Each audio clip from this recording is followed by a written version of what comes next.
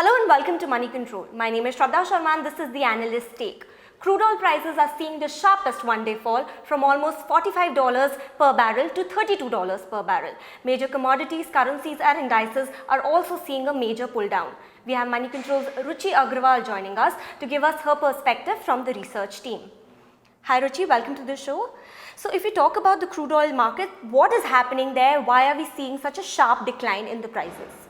Well, currently it's a double whammy kind of a situation for the crude oil markets.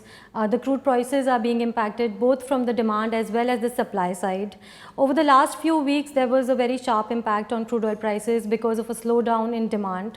The spread of coronavirus has led to a lockdown in major cities in China. And China is a major importer of crude oil. Almost 1/3 of global imports are being done from China. So when the Chinese demand goes down, there is a huge impact in the overall global demand for crude oil. So there was a demand side pressure building up on crude oil prices and they were softening in the last few weeks. Now given this, the OPEC nations were scheduled to meet on 5th and 6th of March, that is Thursday and Friday. So in the Friday meeting, there was an expectation that probably there might be deeper production cuts by the OPEC nations in order to support their crude oil prices. Saudi was pitching for deeper production cuts initially. However, there was skepticism whether how many nations will go forward with deeper cuts, especially for Russia. And on expected lines, we saw that on Friday, Russia opted out of support for the OPEC. It has announced that it will no longer support the production cut strategy of OPEC nations, and now it will go forward with increasing its production without any watch per se. So the production might see a sharp uptick from Russia in the coming few weeks. Russia was actually of the view that US shale producers are benefiting from this current OPEC strategy, and they definitely don't want this benefit to go to US. So now they want to drive out the US producers from the market in the coming few weeks. Now given this, on Friday, Saudi also does not want to charter alone in the production cut area, and over the weekend Saudi announced that it will no longer go ahead with the production cuts, and it will also increase its production in the coming few weeks. Saudi has a lot of spare capacity, and there is an expectation that if production goes up from Russia and Saudi Arabia, there will be a supply glut in the market, inventories will pile up, and this is the main reason why the crude oil prices are currently seeing such a sharp pull down. Right. So, Ruchi, you said there is a softening demand, especially because of the coronavirus fear, especially coming from China. But you also said that Russia wants to drive out the US shale companies out. That might also mean like a price war. Could you please explain that further in terms of the impact on the US shale companies? Well, when we talk about the US shale companies, actually US shale has a very high cost of production, approximately around US dollar 40 to 50 per barrel mark is where they break even. So if prices of crude go below the $40 mark, then these US shale oil producers are rendered unprofitable, and they are kind of driven out of the market eventually because their production becomes unprofitable. Right.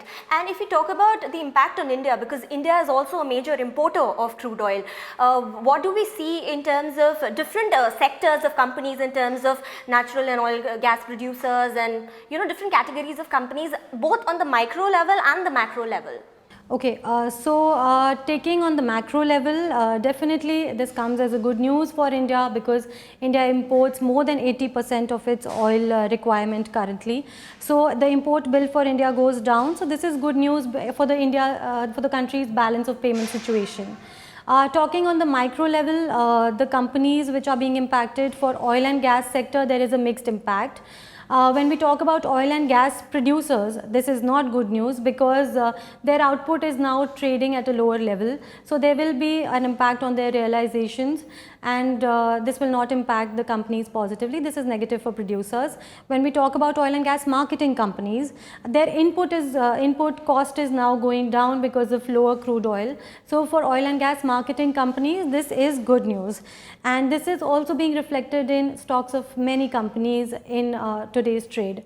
When we talk about refining, there is a mixed impact actually. The margins will also get impacted because there is a demand side pressure. So the throughput in the refineries is expected to go down.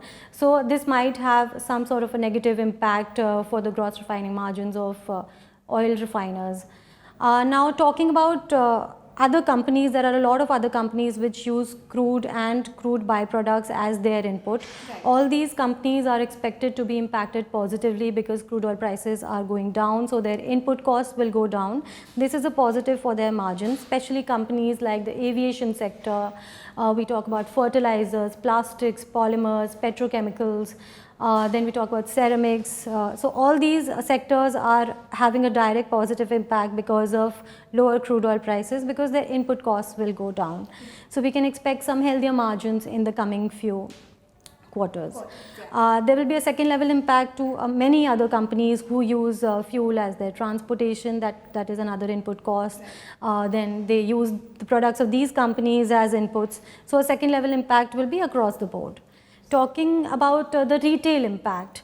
So on the retail front, there will definitely be a positive news for retail consumers. We are expecting that there will be a downward revision in retail prices of petrol and diesel in the upcoming fortnightly revision. So definitely this is good news for retail consumers. So at the micro level, we are also seeing different categories seeing different benefits, and also macro level it is good news for sure. If we talk about the outlook going forward in terms of short term and long term outlook, what do we see in that front? Well, currently we remain bearish. Definitely there is a pressure from the supply side as well as the demand side.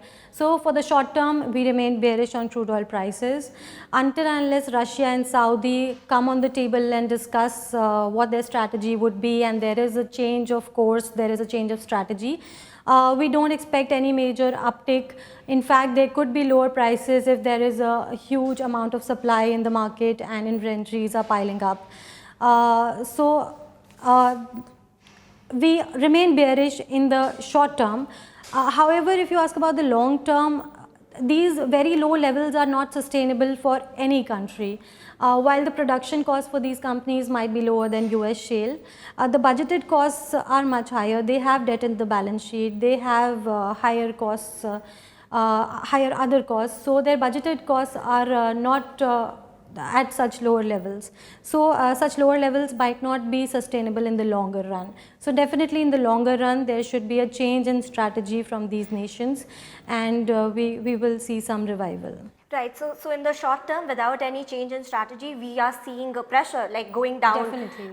The price is going down, but in the long term, we might see an uptick. Yes, so right. That will be something we have to wait and watch for, how it develops and when it develops. All right, thank you Ruchi for that information. With that, it's a wrap on today's edition of Analyst Take. For more news, views and updates, stay logged on to Moneycontrol.